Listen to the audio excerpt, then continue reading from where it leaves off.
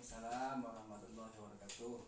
Sesuai dengan jadwal yang sudah lebih konfirmasi dengan Bapak sebelumnya Pak, bahwa hari ini lebih akan melaksanakan kegiatan wawancara mengenai pengambilan keputusan berbasis nilai-nilai kebajikan sebagai pemimpin. Nah, di mana dua topik pembahasannya nanti adalah mengenai dilema etika, yaitu adalah merupakan situasi sulit di mana seseorang harus menentukan pilihan yang secara moral keduanya benar, tapi bertentangan dalam mengambil keputusan. Yang kedua topiknya adalah mengenai bujukan moral, yaitu adalah situasi ketika seseorang harus menentukan keputusan antara benar atau salah. Nah, izinkan Pak, Robi akan bertanya beberapa pertanyaan kepada Bapak. Yang pertama, selama ini bagaimana Bapak dapat mengidentifikasi kasus-kasus yang merupakan dilema etika atau bujukan moral tersebut, Pak? Terima kasih atas wawancaranya Pak Robi. Dalam hal meneliti atau menemukan kasus, mengidentifikasi kasus-kasus yang ada,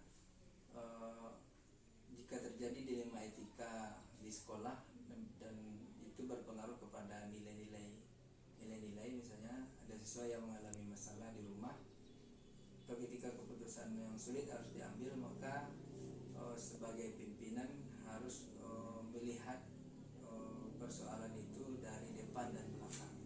Artinya ketika kasus itu bertemu pada siswa, kita harus melihat bahwa siswa itu dalam posisi apa.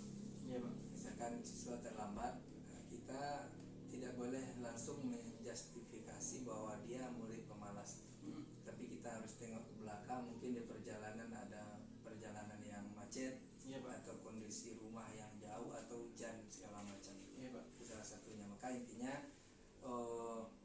mengatasi dilema etika itu kita melihatnya dari dua sisi, depan dan belakang, hitam atau putih. Jadi kita identifikasi dulu masalahnya apa, baru kita temukan solusi untuk membedah dilema yang sedang dihadapi siswa. Itu cara pengambilan mengidentifikasi masalahnya. Pak. Jadi kata kunci yang lebih ditemukan tadi adalah harus adanya sebab akibat ya Pak ya, yang harus kita telusuri terlebih dahulu. Pak. Tidak langsung kita menjustifikasi ini murid Benar, malas, ini murid apa? Pak. Seperti itu. Pak. Lebih sependapat dengan Bapak bahwa kita harus teliti dulu, kita harus mengetahui sebab akibatnya terlebih dahulu, Pak. Nah, yang kedua Pak, selama ini bagaimana Bapak menjalankan pengambilan keputusan di sekolah? Terutama untuk kasus-kasus di mana ada dua kepentingan yang sama, sama benar atau sama-sama mengandung nilai kebajikan. Untuk mengambil keputusan yang sifatnya internal sekolah atau yang sifatnya di dalam lingkungan sekolah, dan maka biasanya pimpinan akan selalu berkoordinasi dengan beberapa orang untuk menemukan solusi. Karena tidak semua masalah langsung terekam oleh kepala sekolah.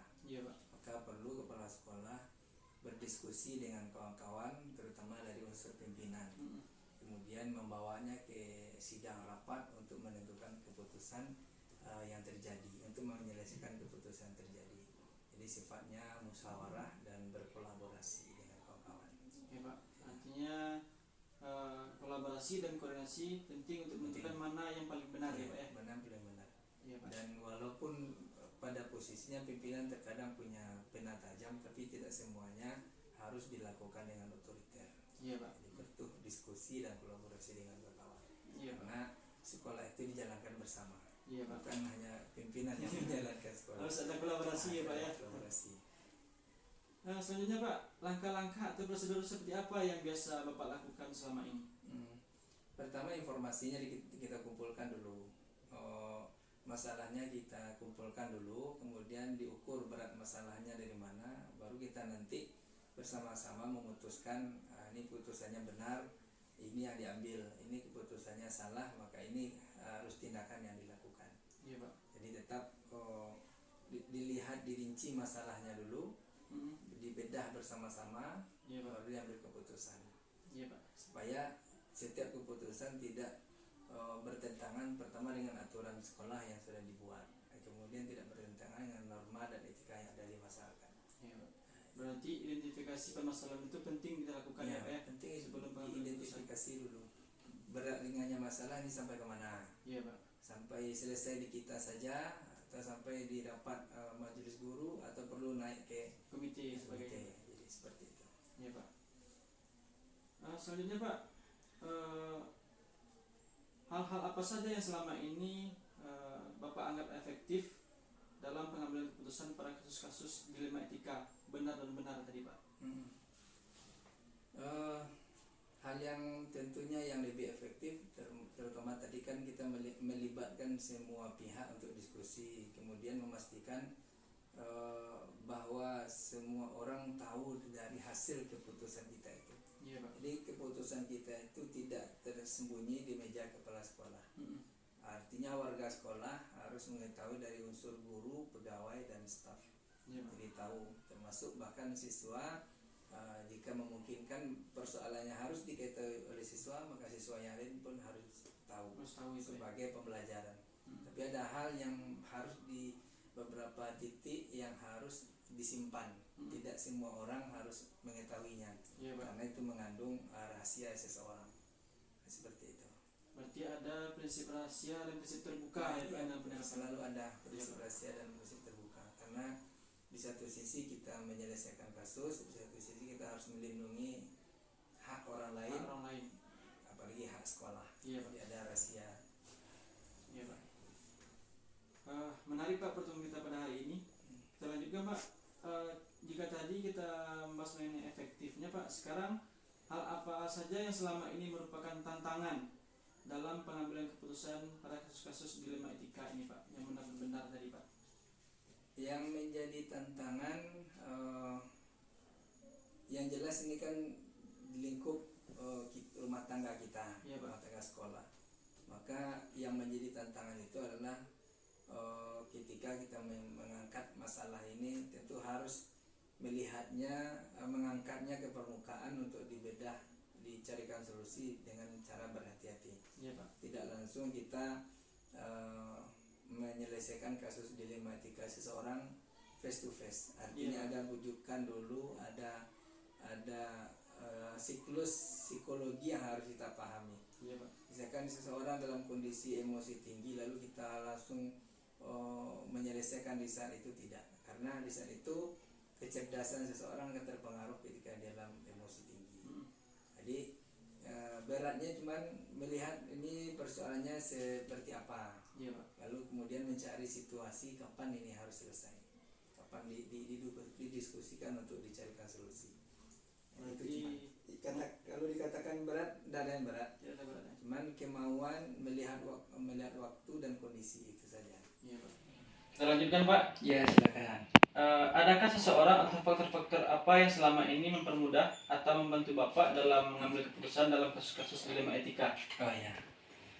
Tentu pimpinan tidak mengambil keputusan sendiri terhadap dilema etika, karena seperti dibilang tadi ini rumah tangga yang harus dijalankan bersama-sama. Iya Pak. Keluarga besar.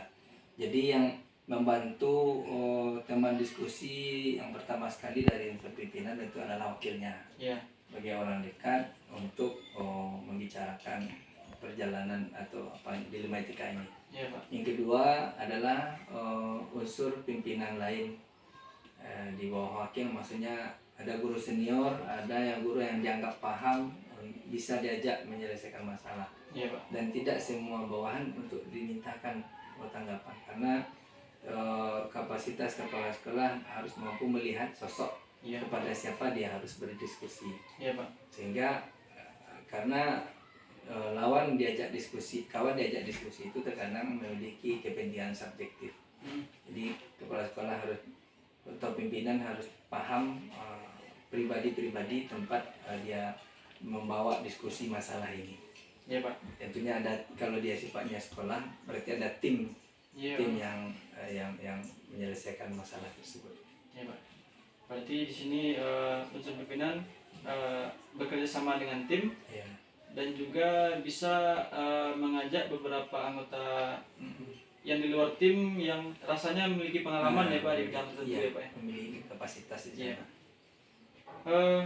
Yang terakhir Pak, dari semua hal yang telah Bapak sampaikan, pembelajaran apa yang dapat Bapak petik dari pengalaman Bapak selama pengambilan keputusan dilema etika ini Pak?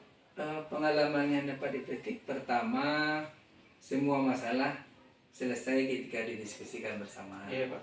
Yang kedua, setelah masalah selesai, tidak terjadi miskomunikasi dengan pihak yang diselesaikan masalahnya. Iya Pak. Sehingga karena kita lebih mengedepankan kepentingan bersama, bukan kepentingan pribadi. Iya Pak. Jadi semuanya bisa merasakan ini kebutuhan kepentingan bersama.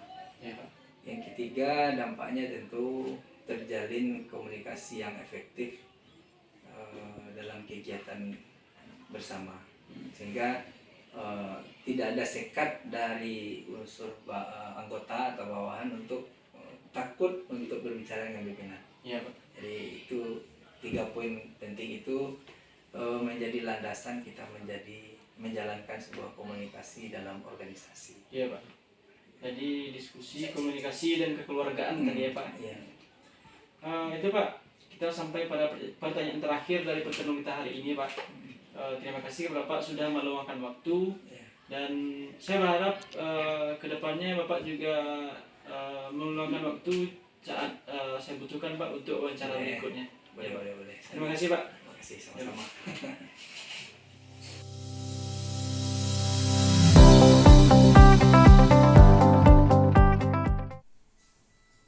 Assalamualaikum Ibu. Waalaikumsalam warahmatullahi wabarakatuh. Mohon maaf mengganggu waktu Ibu dalam istirahat hari ini Bu. Sesuai dengan jadwal Robi sebelumnya, Robi sudah konfirmasi kepada Ibu mengenai Robi mengadakan kegiatan wawancara, terutama mengenai tugas CGP Robi mengenai pengambilan keputusan berbasis nilai-nilai kebajikan sebagai pemimpin. Nah, nanti dalam teknisnya ada beberapa pertanyaan yang akan Robi sampaikan kepada Ibu. Robi mohon izin untuk menyampaikannya Bu. Siap. Pertama Ibu, selama ini bagaimana Ibu dapat mengidentifikasi kasus-kasus yang merupakan dilema etika? Dilema etika itu adalah bagaimana sebuah pengambilan keputusan berdasarkan benar dengan benar perbandingannya Bu. Nah kemudian dan bujukan moral dengan perbandingannya adalah benar dan salah. Ya, jadi dari pengertian kita bisa memahami bahwasanya bujukan moral itu kita sudah bisa memutuskan ini benar atau salah. Itu kan sangat Ya, Bu. sangat jelas sekali bahwasanya tentu kita ambil keputusan yang benar. Benar. Ya. Kalau dilema etika kita dihadapkan dua persoalan, ini benar dan ini juga benar. Nah, saya dengan identifikasi ini lebih kepada mana yang lebih banyak benarnya. Iya Bu. Itu kira-kira Pak. Berarti kita utamakan yang paling benar ya Bu ya. Iya, yang paling benar. Iya Bu. Yang paling sedikit mudaratnya, yang paling banyak manfaatnya. Kira Iya. seperti itu. Iya Bu. Jadi ternyata pilihan yang terbaik kita pilih ya Bu ya. Iya. Berikutnya Bu, selama ini bagaimana Ibu menjalankan pengambilan keputusan di sekolah, terutama untuk kasus-kasus yang dimana ada dua kepentingan yang sama, Iya. benar atau sama-sama mengandung nilai kebajikan. Iya. Tentu kita perlu duduk bersama karena tidak ada prinsipnya, tidak ada persoalan yang tidak bisa diselesaikan. Iya, Itu Bu. prinsipnya. Maka pada saat mengambil keputusan kita tidak bisa sendiri, pihak-pihak yang terlibat tentu kita identifikasi Iya. keinginannya seperti apa dan kita ambil keputusan nanti yang paling banyak manfaatnya untuk sekolah kita gitu. Iya. Kira begitu Pak Robi. Berarti selain Ibu putuskan secara langsung tapi juga ada kolaborasi intinya Bu. Iya. Ada pertimbangan Ya, dari ada pertimbangan-pertimbangan karena pada saat ini kita tentu tidak bisa sendiri. Iya. Kolaborasi itu penting dan biasanya hanya orang-orang yang rendah hati yang bisa berkolaborasi. Iya Bu. Sangat tepat sekali bahwa kolaborasi itu penting dalam pengambilan Iya, keputusan. betul. Suksesnya sebuah tim itu tergantung pada kolaborasi pada sebuah tim Iya, tersebut. betul. Berikutnya Bu, langkah-langkah atau prosedur seperti apa yang biasanya Ibu lakukan selama ini? Ya, selama ini kalau seandainya ada dua hal yang sama-sama benar dan sama-sama mengandung nilai kebajikan tersebut, yang pertama tentu kita identifikasi dahulu apa yang menjadi pokok persoalan itu. Kemudian kita panggil, kita duduk bersama dengan pihak-pihak yang memang ada kepentingan akan hal itu. Maka kita dengarkan dari sini apa pendapatnya, dari ini apa pendapatnya, nanti kita lemparkan kembali mana yang terbaik. Iya, Bu. Berarti kedua belah pihak kita lakukan Iya. Pendapat, nanti akan kita Iya, pertimbangkan yang betul. terbaik ya, Bu. Iya, kita pertimbangkan yang terbaik. Ya, Bu. Saya sependapat dengan Ibu bahwa yang terbaik itu yang keputusan yang akan kita Iya, ambil. kita ambil. Berikutnya, Bu, hal-hal apa saja yang selama ini Ibu anggap efektif dalam pengambilan keputusan pada kasus-kasus dilema etika? Ya. Pada kasus dilema etika yang efektif itu memang komunikasi. Kunci segala sesuatu, kunci kerja tim itu adalah komunikasi. Iya, Bu. Maka menjalin komunikasi yang baik dengan semua orang yang ada di sekolah itu adalah poin penting bagi saya. Karena kalau komunikasi kita sudah tidak lancar, itu keputusan tidak akan bisa kita ambil walaupun ini sama-sama baik gitu Iya, ya. Bu. Maka menjalin komunikasi itu sangat penting. Iya, Bu. Itu yang menurut saya yang paling efektif itu memang komunikasi efektif akan menghasilkan keputusan yang efektif dan juga. benar. Jadi kuncinya di sini adalah komunikasi ya, Bu. Ya. Berikutnya, Bu, hal apa saja yang selama ini merupakan tantangan bagi Ibu dalam pengambilan keputusan pada kasus-kasus dilema etika? Kalau tadi yang efektif, yang sekarang tantangannya, Bu. Tantangannya ya. Tentu dalam setiap mengambil keputusan kita tidak bisa memuaskan semua Iya, orang. Bu. Apalagi yang apabila ada pertentangan di antara dua nilai kebajikan ini.